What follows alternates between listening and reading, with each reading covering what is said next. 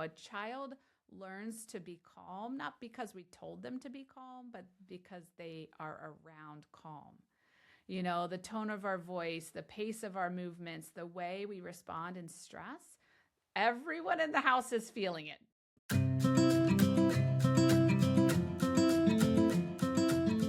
Welcome back to the Push Pause to Heal podcast. On this podcast, we explore health from the inside out, starting with foundations, connection, and the conditions that allow the body to heal. Today, I have a very special guest with me, Kelli Cuda. Kelli is a board-certified family nurse practitioner and graduate from The Ohio State University with a master's degree from Otterbein University. She has extensive training in functional medicine. She has worked both in acute and long-term healthcare settings and gained immeasurable experience. However, it was her own personal health journey that defined her path towards functional medicine. In her last year of grad school, she suffered from a wide array of symptoms and saw 6 different specialists within a year. I think that probably lands with a lot of our listeners. With an unclear diagnosis, this led to her search for answers in an effort to regain her health. She attended a conference through the Institute for Functional Medicine and left feeling inspired and hopeful. This was just the start of her own personal journey toward healing, and she hasn't stopped learning since. Kelli recently joined Balance Living as our very own nurse practitioner, and she is on a mission to help support other women in their healing journey too. Welcome, Kelli. We're so glad you're here. So good to be here. So Kelli and I are kind of on a mission today. We have this purpose, this mission to kind of say some things that maybe aren't always said, not as spoken about as obvious, about women and moms in particular. Although this talk is really anyone who resonates, whether you're a mom or not, this podcast is for you. But we're seeing a kind of we've been noticing in the women that we work with that women today are more and more overwhelmed than ever. Overwhelmed by holding it all together, just pushing through life and not without a lot of joy, caretaking to the point of exhaustion, and really suffering from a lot of symptoms, physical symptoms, without a clear explanation. And so that's kind of what we want to dive into a little bit here. Kelli, would you agree we're seeing this trend? 100%. I feel like it's, rather than juggling 3 balls, we're juggling a million, and we're just so focused on that. And, we don't want to drop any of them, of course, but we kind of lose sight and we're not able to see beyond that to enjoy the moment. So, yes, definitely. Yes. And Kelli has 3 kiddos. I have 2. And so we're sitting here as moms, as practitioners. We're on both sides of the story, so to speak. We're living it day in and day out. And then we're also trying to help women through this on the other side too. So, I think I was thinking about it, Kelli, and you're like, why does it feel so hard and so heavy sometimes to be a mom? Even if maybe your day doesn't look so bad on paper, there's just like all this other stuff, like this invisible load that we're carrying. I don't know. Do you want to chime in on that? And I think, the schedules are so chaotic, especially with kiddos. And, I think for me, just personally, it's hard to kind of let go of that control. So for whatever reason, I think we're out there, comparison is never a good thing, and we're seeking that perfection, and we have to circle back to the understanding that we are one community, and we need to rely on others. We're social beings, so we need the support of others, and it doesn't always have to look pretty. So. Yeah, I think like I was thinking about it, just the things that, aside from the doing, like that we have an appointment or we have to take a child here or go to this practice or make dinner or whatever, it's also all the other, like, I wonder how, Johnny is at school today. He was nervous about his test. Or the dog has puked 3 times in the past week. Do I need to make a vet appointment? Like, is something really wrong with the dog? Right. And, like, it's just all this stuff that our brains like are trying to hold and manage, even aside from the doing. It's like, it's the weight of all of that. And, we carry our kids with us, I think, Mhm. no matter from what I've seen, my oldest is 20. I'm still feel, everything that's going Right. on with him. And so it's just It's like, that anticipation or the yes. anticipated stress of, right, what will they need? So we know before they even know it. But you're Yes, right. right. We have to be ready. Like, what are they gonna, suddenly there's a project due tomorrow and Right. it's like 10 p.m. Oh, do I have poster board Right. and all these things? Promise tomorrow. Yeah, yeah, I know right. that he's gonna ask me to iron his suit like 5 minutes before. Yeah, Let's oh just go and yeah, do it oh yeah, for today. sure. And the other thing I think that moms are pretty good at, but parenting requires a lot of quick task switching, Mhm. and so like you're in the middle of something and you get interrupted. Okay, so I was making dinner, but such and such, I need to do this now. Right. Okay, let me come back to dinner and then let me go over to do this thing, and Mhm. I think of that. There's one of my favorite movies is A Christmas Story. Mhm. And there's a scene where they're all sitting at the dinner table, and the narrator, is the little boy Yeah. from the movie, and he says, "My mother has not had a hot meal for herself in 15 years because, like, the dad needed more food, and she got up and got it for Right. him, and then the boy wanted food. And every time she's like picks up her Yeah. fork, it's like, forget it, somebody needs something." And I think that's us. Like, we're just all day that's switching. Mhm. What happens is, like, we're capable, okay, we could do that, but it's like our nervous system has to be really on to do it. Right. And we never really come down and like reset from all the, I liken it to opening up a new tab on your computer. Every Right. time a new task comes your way, like a new tab. So now your computer screen is covered in open tabs, which Right. don't look at my computer screen. And things run much It slower when that many tabs are Yes, yes. There is this demand, this drain open. from Right. all of that. And our brains weren't meant to keep doing that Right. incessantly without stop. Right. So, this really becomes like a physiology problem more than like, it's not that we're doing anything It wrong. does. And I think that we can so easily get into that cycle and not even realize it. And Yeah. so, like you said, there's just no downtime, there's no reset. And so we Mm-mm. kind of get used to being on that wheel and we're just Yeah. spinning and spinning. And so Yes. even, if we do start to become symptomatic and it becomes a manifestation that we often see in the clinical setting, Hmm. it's often overlooked because you're just so used to go, go, go, go, Yes. go. So, Yes. You mentioned the hamster wheel, and that is a really great analogy. I think, once you're on it, mhm, it seems easier to keep going, yes, right? Like, it's like the pace. Like, I think about like an object in motion tends to stay in motion. Once you're in that vibe of like right, do, you almost get stuck there. right. And It so, almost feels yeah. uncomfortable to stop and to Mhm. take that. Oh yeah, for sure, for sure. Yeah, and so there's part that you and I have talked about this. There's a part of motherhood that people, I think, we don't want to say out loud too much. We don't want to admit because we don't want to seem like a bad mom, but I think you and I are here to like shine some light and reduce the shame around some of this for people. But there's moments where you feel overwhelmed and frustrated with your family, but then you're also feel guilty. Mhm, Like, how can I have this beautiful family and all these blessings, and right, I'm annoyed, or I need space, or I just can't handle it all right right. now, It's a real right? thing.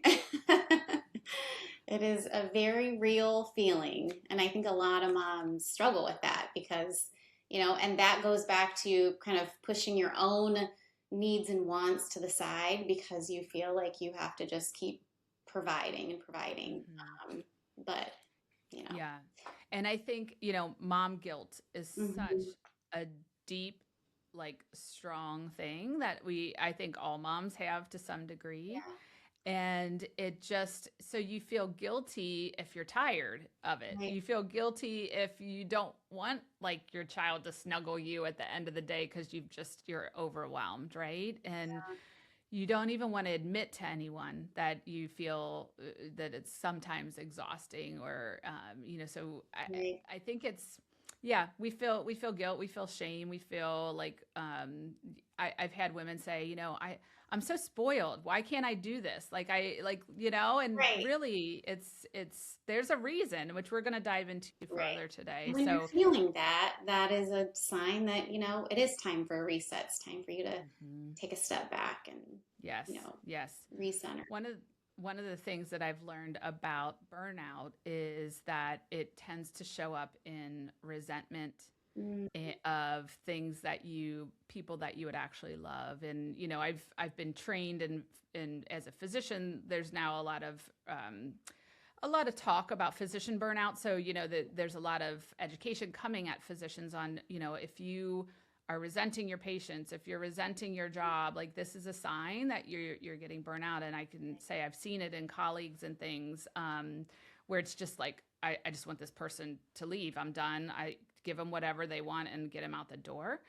And I think that's if as moms we can get there's such a level of burnout. mhm. So having some of those feelings of resentment it's just truly a sign that your nervous system is overwhelmed. Right. And It is not a personal issue. You're not a weak person, you're not a bad person because your absolutely. body needs something different. Right. And I think the first thing is to be able to recognize that, right? Because if not, then again, we're just spinning our wheels again. But that then leads to clinical symptoms, and we see Mhm. that in practice. And Yes. so when you feel that, all of those negative emotions, that impacts your cortisol level, which Mhm. impacts so many other things from blood Your sugar, gut health and your hormones. pressure, and oh Yeah. my gosh, we Yeah. go Don't get us on and started. on.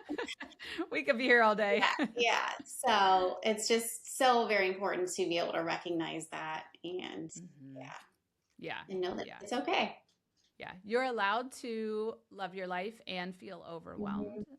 And you're allowed to love your kids and want space from them too. Right, We'll say that. Yeah. right. And, Kelly, I wonder why like, at some point, I feel like many of us, and I don't want to speak for you, but I know myself included, sometimes somehow we lose ourselves in mothering. We kind of lose a connection to ourselves, and it all becomes about everyone else. Like, and literally, I think most moms would agree. We see the others in the house is more important Hmm.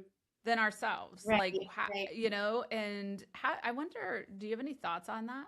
It's interesting. So I have the background. I used to do competitive dance, and that was Mm. kind of my jam and my love. And um, as I'm taking the kids to all these different activities and sports, um, my youngest daughter, asked, "Why didn't you continue dance? You said you love dance so much, like as you become an adult."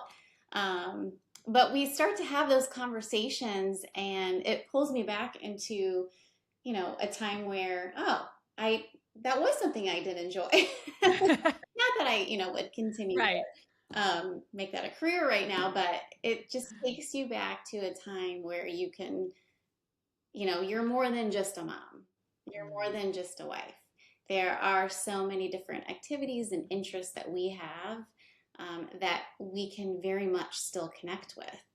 And so I think being able to, again, take a step back and say, you know what, you guys have dinner for the night. I'm going to go out with some girlfriends, or I'm going to go play pickleball, or I'm going to go Take a whatever it walk all is. by myself. Whatever Yeah. it is.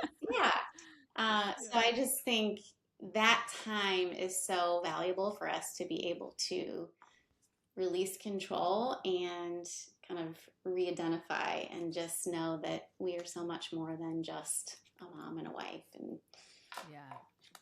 so, And our needs need to be on the table. They need to be a mm, priority as well. And that your identity isn't just as a mom or a wife or, a right. daughter or whatever. What else is there? There's so much more to you. Yeah. I think a lot of us even don't even know what we need or want anymore because we haven't spent the time in that. So I know for me, one of the things that helps me so much is every morning I get up and try to be up before anybody else. And I just write in my journal. Yeah. And some of it's gratitude, but then also just like whatever's on my mind and whatever, how am I feeling about the day, and just really try to stay in touch with who I am as a person, Right. Not to say that more than half of that journal isn't probably about my children or like, or my work or whatever, but, Right. Also just trying to stay connected to who I am. Underneath all the doing, there's a person, Mm-hmm. and we can get very much trapped in the doing and forget about that person there. Yeah. So I just started or joined a small group, and so this year, like a few months ago, but last week we met, and it was very interesting. Sometimes we'll have a schedule laid out of what to talk about, and this time we didn't, and we just said we're just going to do prayer requests and kind of go around. It was 2.5 hours of just talking with friends and neighbors, and it just felt so good to be, in that space with others, that fellowship and community, and not be like needed and wanted in the space of a mom or wife. And I love that so much, but it's good to be able to step away and hear that also just others have struggles, and how can we show up for them, and they're there to provide support to you. So I think just that I love that. is really important too. I love that. Yeah. And you being reminded when you're in that environment, you're not a mom. Those people aren't asking you for, did you wash my favorite shorts? Right. Or what's for dinner? Yeah. Exactly. Yeah. It's good to remember that we're humans. And well, and you and I talked about this too, kind of in prep for this podcast episode. I've been really kind of diving into like, why is it so hard now? Like, what is different? Because I can feel it. You can feel it. We feel it coming from our clients. We can feel it in our own lives or with our extended families and friends. And it's being a mom and a wife and a mother and just a woman in today's day and age is just heavier than it used to be. And so I was diving into some of the research on I just trying to figure this out. And what really came back was that, for most of human history, women didn't raise children alone. We lived in these small, close-knit communities where everything was shared. Child rearing was cooperative. There were lots of adults helping. And women were surrounded by other women, your mothers, your sisters, your aunts, your grandmas. This is a community event. And everybody took care of everyone's kids. Everyone shared the cooking and the cleaning responsibilities. And you had emotional support kind of all around you. Mm-hmm. And, that the workload of being a mom hasn't really changed a lot, but over time, how it's been distributed really has.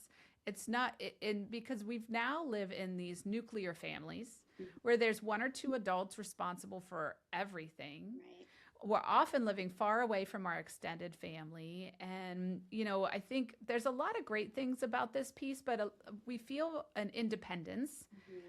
And we value that over interdependence, which I think, I'm a very independent person, if you ask anyone that knows me, but it does have its faults. We need some interdependence so we can, nowadays we try to handle it all mentally, physically, and we're isolated. So you joined a group, and I love that for you. You have to seek it out, or we don't really have much contact with other women. We don't share childcare, and we don't typically have emotional support. So now we're carrying what our bodies were meant to have shared, but we're carrying it all alone. Yeah. And I was just even thinking, back to my own childhood when, I would go out to play, the neighbors were all out, and, we were talking earlier, it was almost as if, the neighborhood parented you. So whoever's house you were at, that was who was in charge. And it was just this communal parenting, and it was lovely. And now it's just much different. And I mean, I've even, I'm guilty. The doorbell rings, and, I'm like, everybody hide. Is the house clean? I brush my teeth. I'm still in my sweatpants. Yes. we don't have to have that perfection. We need those neighbors. We need that community more than Yeah. ever. Now more than Yes. ever. And to let the mess be shown. Like I think, Yes. social media is definitely, and Pinterest, it's Yes. made us live, highlight reel to highlight reel and try to expect everyone to be that's what Right. your life really looks like behind the scenes. And no one's does. No. No one's life No. looks like that. But to let anyone else in is very vulnerable and, Yeah. and like you said, so but yeah, I think that's so, we kind of shun the help or the support, like you Right. said. We're hiding from it. We're not used to it. But your body is literally carrying more than one person is ever meant to Yeah. carry, And I and would, that. yeah, Mhm. and kind of to piggyback on that, I mean, even my husband has tried to like plan a weekend away, and I'm always in charge of just the schedule, right? And coordinating where the kids are going to go and what's going on, and for the most part. Yeah. And so even he has said before, well, I reached out to so and so to see if they can help, and it's like, okay, I mean, that even has brought me a little bit of unease at times. Hmm. And then you have to ask yourself, why? Why is that? Because we have such a hard time, again, releasing that control Yes. because things just have to be right in our Yeah. eyes. And so That's so we true. have So to just take the help. yeah. It's such a good point because we can't hold it all. We can't No, do it all. it's not And possible. no, and women are getting sick, which is, Hmm. like what you and I have been seeing, and we both have had our own issues with that as Right, well. So right. yeah, I think it's yeah, it's really important. And so to think about it from a physiological standpoint, the nervous system from, our ancestors' day and age was built with a context of shared responsibility, co-regulation, like being around others and helping support us, and a distributed load. And now our nervous systems, fast forward just not that long, right? Evolutionarily, our nervous systems haven't changed from that day and age, but Right. the load, we're carrying the mental and emotional load alone, making constant decisions without relief, and lacking that consistent co-regulation or emotional support of someone else. So this keeps us in that fight or flight, that on state, and leads to depletion. It's really not that there's something wrong with you, but it's just that our environment doesn't match what our nervous system expects or Right, can handle. right. And we need Yeah. that fight or flight in Yeah. certain times, right? It's that, that watchdog. We have to be able to know when to run from a tiger Yes. and for ourselves.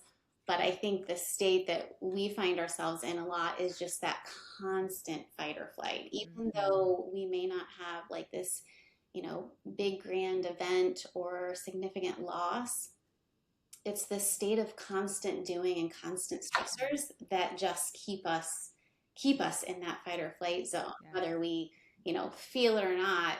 Internally, that's what's Hmm. happening. Yeah. One of the biggest, I think, complaints, I would say, or reasons that women come to see us is often fatigue. Like there's just a level of fatigue that it just seems the ordinary or out of what, should be. And I think so this analogy I came up with is that our nervous system is kind of like the electrical wiring in our house. And if there's a danger or something, or we're in that sympathetic mode, it's like we turned on all the lights in the house, maybe even the floodlights outside, and they're all on full blast, right? And then we can do that for a while. Like that's totally fine. We're ready to go, whatever comes our way. But eventually, if you leave all the lights on, the electric bill is going to go up, right? We don't have as much energy left because we've burned it all through this situation, Right. and we're going to start to burn out the wiring. Hmm.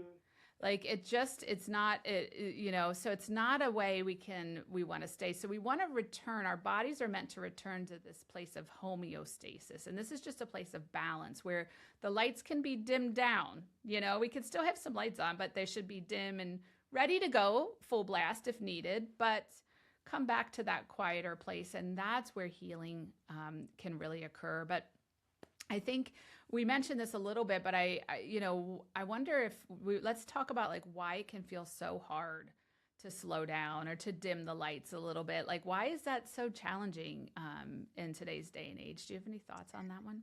Well, again, I think just the societal norm is just go, go, go. I mean, even if Hmm. you look at like our kids, the load that's on our kids, it's Yes. much greater than what we experienced growing up.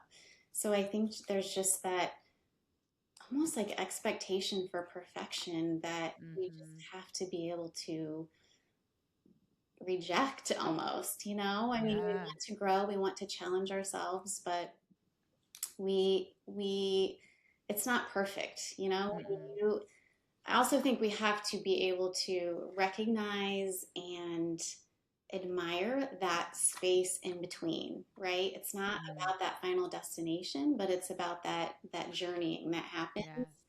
And if you think about even, some funny things that have happened, or maybe some spontaneous things that you wouldn't have expected or you didn't have planned, Hmm. um, what do we call them? Like, oh, do you remember when? Yeah. Yeah. Yeah. It makes life so interesting, and maybe not in the moment, Right.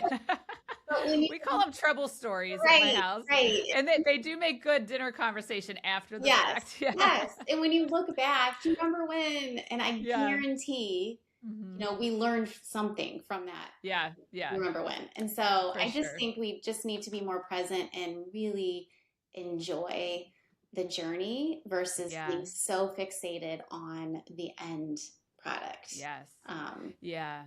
And I agree. And I would say that if you do find it hard to calm down, slow down, take a break, it's likely that it's like your nervous system's thermostat has been set to the point of on, right? And so it can be like it's challenging to reset that thermostat, and it sort of becomes our baseline. If we're in it long enough, it's like our new norm. And so if it feels awkward, if it feels uncomfortable, that's probably means you're doing the right thing. right. Growth and change is really uncomfortable and awkward. Our bodies want us to do the same thing over and over again.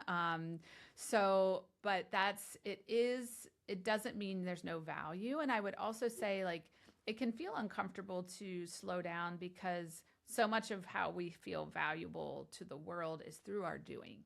Right.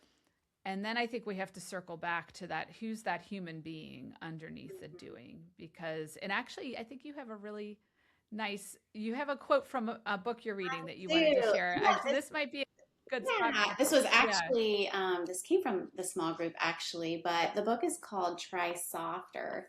So I'll just read a quick little snippet here, but perhaps you too know what it is like to feel overextended, overburdened, and overwrought, desperately clinging to the idea that if you just push hard enough, if you just try a little harder, you'll be able to regain control, soothe your anxious mind, and achieve some measure of success. I feel like we've all been there.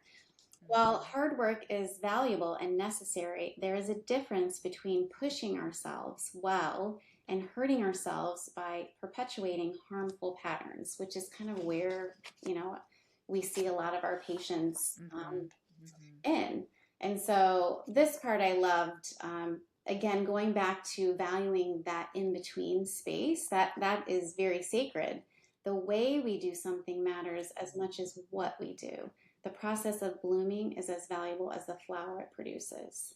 So Oh, just, really enjoying the journey and not what they I call love white that. knuckling our way through. Yes. Um, How we do something is right. just as important as what we're doing. And that can be felt. And I Yeah, think it can be seen in the results usually.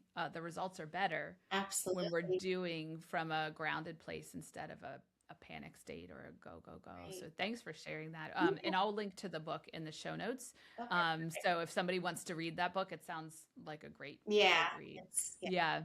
I'm a few chapters So in, but so far so good. awesome. Awesome. So I think I want to talk a little bit about this concept of the ripple effect of, what happens to a family when mom is depleted. Mm, And what we can see when we help a mom, we support a mom, and when she starts to feel better, what can happen? And,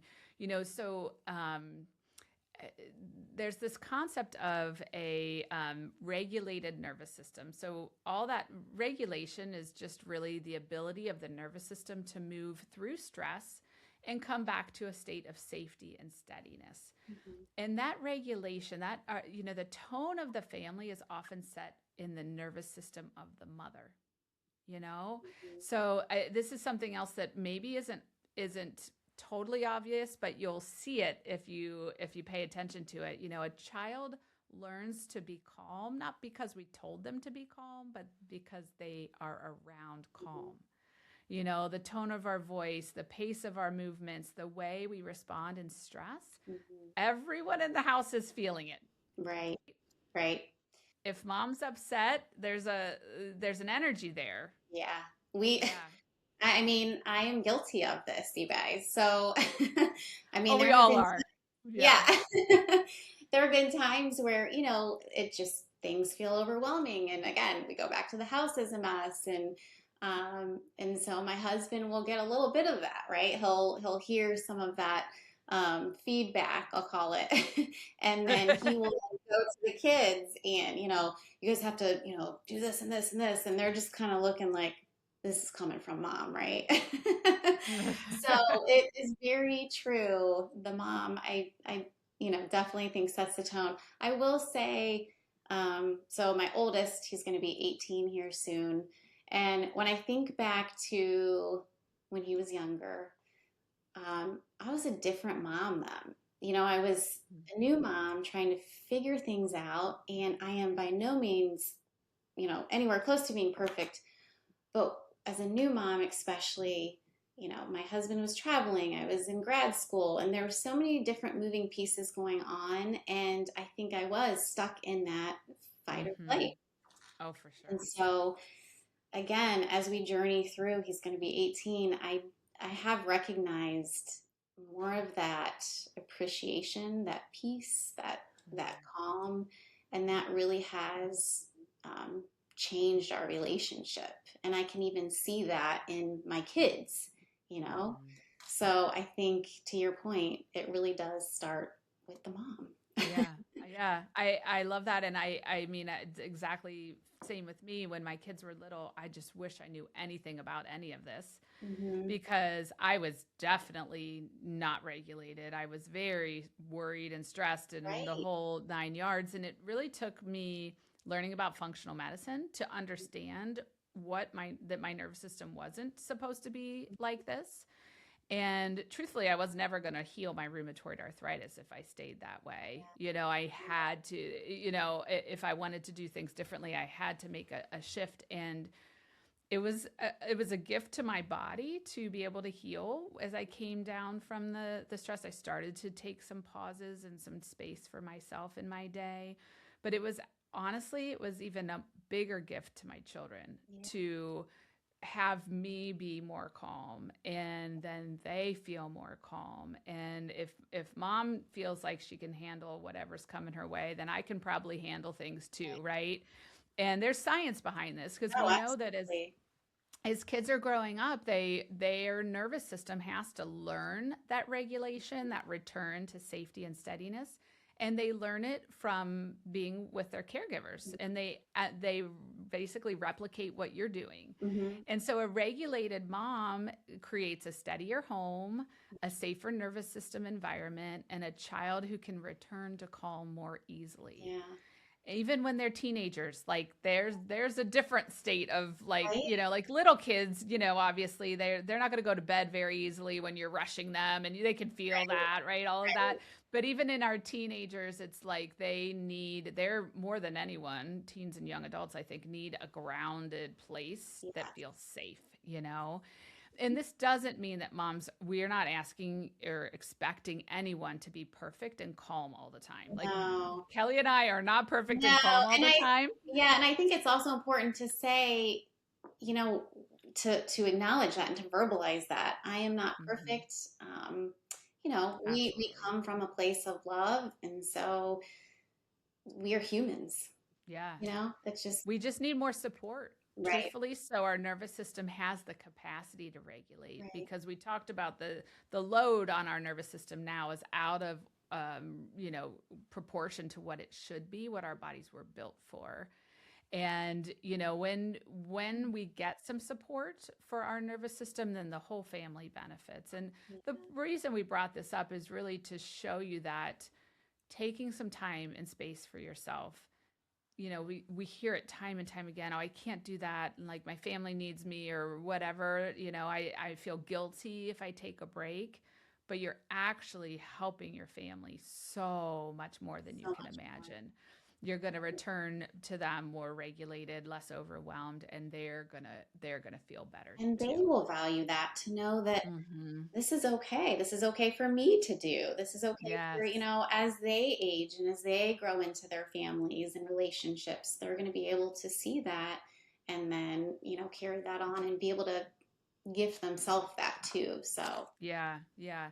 This kind of feeds into the next little topic I wanted to talk about is like, can we actually allow ourselves to feel good? Can we allow support back in? Like you said, Kelly, most of us are sort of control freaks as moms. You know, we like want everything our way, and to let support in, it might feel a little bit vulnerable. Like you might have to give up some of the control and allow that. And you know, if there's some guilt behind feeling good, we hope that this conversation is helping you to undo that and unpack that, because when you feel good, everyone in your house feels good. So and also yeah. acknowledge that it's a fairly normal thing to feel that way. I Yes. mean, we've Yes. all been there, we've all experienced it. So I think just Day in and to, out. Yes. yes, acknowledge Yeah. that and then work from Yeah. that point. Yeah. I think you and I just have more awareness of this Mhm. process because we see it day in and day out. Right. So, yeah, but it is so common. I think it's pretty much I don't think anyone's immune to it. And so, you know, I think we've talked for a long time. This is a great conversation. I will just circle around to say that if you're feeling like, okay, this is landing, I'm seeing that there is something about this that I haven't felt good, I haven't felt supported, I haven't been able to take time for myself. You know, the basis of balanced living and what we've created in my practice is called Health Begins Here. And it is really, truly built to support women in this journey. Mhm. And what we do in Health Begins Here is I have 3 board certified functional medicine health coaches. And if you choose to work with us, you would sign up for Health Begins Here. You would get your very own health coach. And I think of health coach as like mom's best friend. Yes. It's like the off the pressure release valve on the pressure cooker. Like it's this beautiful human who is trained in functional medicine and lifestyle change, Mhm. who can come in, and what the way it starts is, honestly, they get to know you. So they'll talk you through, like, tell me a day in the life of Sarah or whoever's signing up. And they just get to know, like, okay, you wake up at this time, this is how you fuel yourself, do you drink any water? And it's this very, there's no judgment, not one drop of judgment, but it's like, oh, so let me tell you what I see. And there's a reflection back of maybe some of the patterns that are draining the system, maybe some of the patterns where the lights are all on, the floodlights are on and everything, and how can we shift that? And kind of holding your hand and walking through a journey of small changes to allow your nervous system to get regulated again and to feel calm and centered. Not always. We're not, this life is life, but to have more of that come about.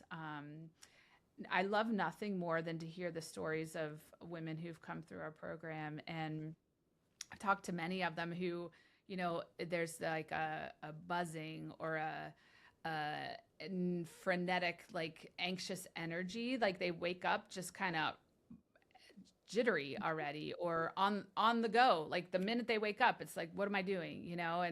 And how that can shift, and the stories of their families noticing the changes and the ripple effect into the community. Yeah, do you want to say something? Say, being behind the scenes, being able to witness that, Mm-hmm. Because as providers, we're constantly collaborating and talking about cases and working, in the background. And so to be able to witness that from the background and even see some of the exchanges and the messages that go back and forth through the portal and some of the beautiful, like, spiritual mantras that are sent. And I mean, Yeah. the time and energy, and it's amazing. I mean, Mm-hmm.